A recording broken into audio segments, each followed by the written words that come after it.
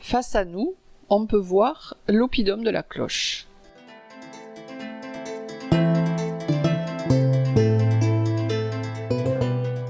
Après le pont sur la gauche, on aperçoit les ruines d'un ancien four à chaux et les traces de 2 anciennes carrières de pierre de part et d'autre de la route. Nous retrouvons cette route qui conduit à la cloche, sur laquelle on distingue encore la trace de rails, identique à ce que nous verrons à l'entrée de l'oppidum. Cette voie faisait communiquer l'étang de Berre et Marseille et a été en partie détruite lors d'une pause de conduite de gaz en 1994.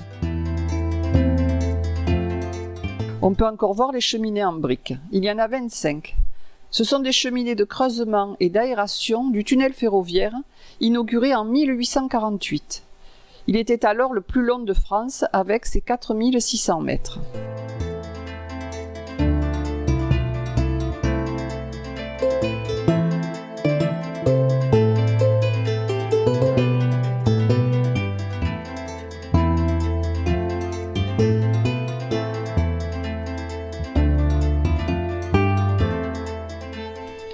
Un tracé en épingle à cheveux permet d'accéder à l'entrée de l'oppidum. Ce village fortifié, dont on voit encore des murs, est situé à 235 mètres d'altitude. On y voit encore les 2 ornières qui furent taillées dans la roche pour faciliter le passage des roues comme de véritables rails, d'où le nom de voie à rails. À l'entrée sur la droite, 2 crânes ont été retrouvés encloués sur une poutre, et sur la gauche, une ferrure porte-crâne. C'était une coutume courante dans l'Antiquité. Passé l'enceinte, on aperçoit un réseau important de ruelles qui desservaient les habitations groupées en îlots. Certaines de ces ruelles possédaient des marches d'escalier. Une grande partie de la colline était occupée. En ce qui concerne les habitations, on a pu compter 150 cases, ce qui correspond à environ 750 individus. Les murs reposaient directement sur la roche et n'étaient pas enduits. Les habitations ne comptaient qu'une pièce d'environ 19 mètres carrés. Le sol était constitué d'un cailloutis damé. À l'intérieur, des emplacements de foyers non construits ont été retrouvés, ainsi que des banquettes bâties en pierre. Quel était leur rôle?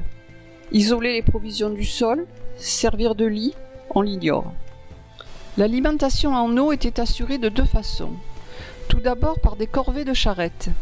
L'eau était transportée dans des outres et des amphores et venait de 2 sources principales, la Gazanne et Cossimon.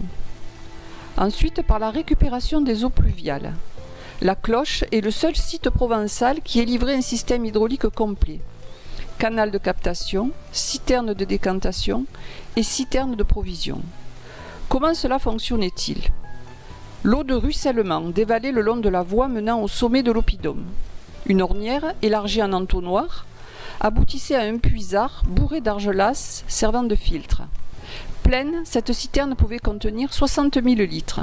De nombreux objets ont été découverts au cours des fouilles. Des objets divers servant aux cérémonies de rituels magiques, comme les amulettes, des pendentifs, des opercules de coquillages, mais aussi des objets d'hygiène et de parfumerie, des bijoux, des fibules, des instruments de chirurgie et de médecine.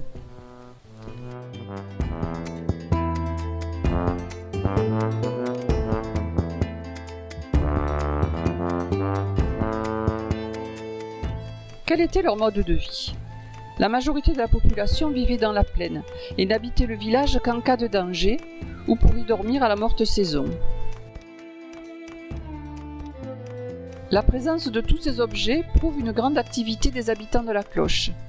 Ces gens étaient raffinés et cultivés, ils commerçaient avec l'Italie, l'Espagne et la Grèce. Ils aimaient cuisiner et savaient forger leurs armements. Ces objets sont aujourd'hui conservés au musée du Vieux Marseille et le site a été classé monument historique en 2004.